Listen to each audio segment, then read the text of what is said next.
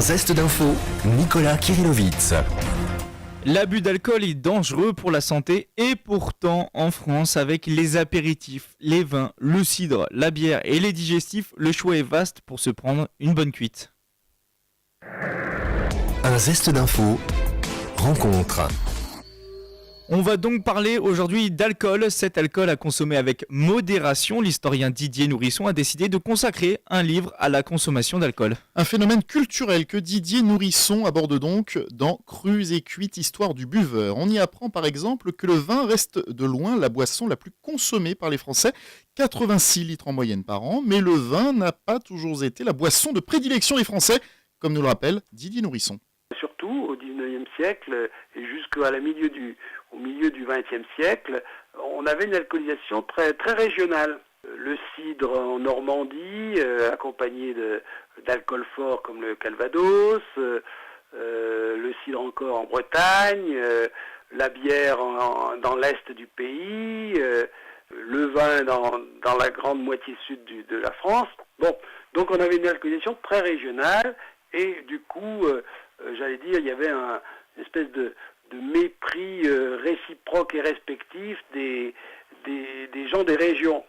Et l'historien Didier Nourisson en profite aussi pour nous expliquer d'où viennent certaines traditions, certaines coutumes qui ont perduré à travers les siècles. En effet, Nicolas, à l'apéritif ou bien pour célébrer un événement, un anniversaire par exemple, on lève notre verre pour trinquer et on dit « santé ».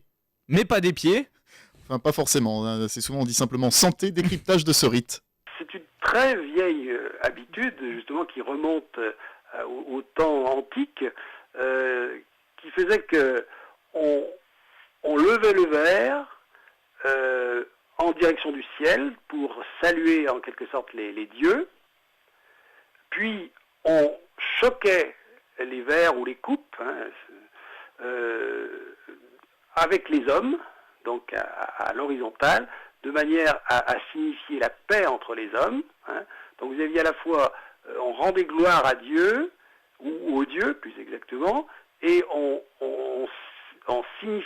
signalait la paix entre les hommes, et du coup les invocations de santé venaient tout naturellement, puisque avec la paix et la protection divine, on ne peut avoir que la santé, c'est bien sûr. Donc voilà d'où ça vient. On appelle ça en vieille langue française porter une santé. Donc c'est cette idée de monter le verre vers les cieux. Là, c'est quelque chose de très intéressant sur le plan anthropologique. Et ces 50 dernières années, on a vu l'apparition d'un buveur New Look. C'est un buveur double, Nicolas. Il y a le buveur adulte, amateur de bons vins, de bons alcools, plutôt des alcools forts, et qui va faire le choix de boire selon son activité. Il boira lors de soirées ou de moments de convivialité ou à table. C'est une tradition bien française, on boit du vin à table, et puis il y a les jeunes qui boivent. Les jeunes. Les jeunes qui boivent, et qui eux sont des jeunes donc qui sont en recherche de risques et donc qui commettent volontiers des excès du jeudi quand il s'agit des étudiants, du samedi quand il s'agit des travailleurs, des jeunes travailleurs, mais c'est toujours des alcoolisations là brutales, excessives, à la mode anglo-saxonne. C'est pour ça que je parle de buveurs New Look. Il y a à peu près autant de jeunes filles que de jeunes garçons. C'est un modèle qui nous vient d'outre-Atlantique, d'outre-Manche, et qui est un modèle, j'allais dire, probablement temporaire.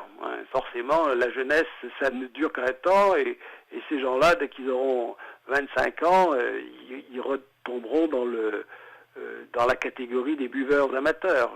À mon avis, c'est comme ça que ça va se passer.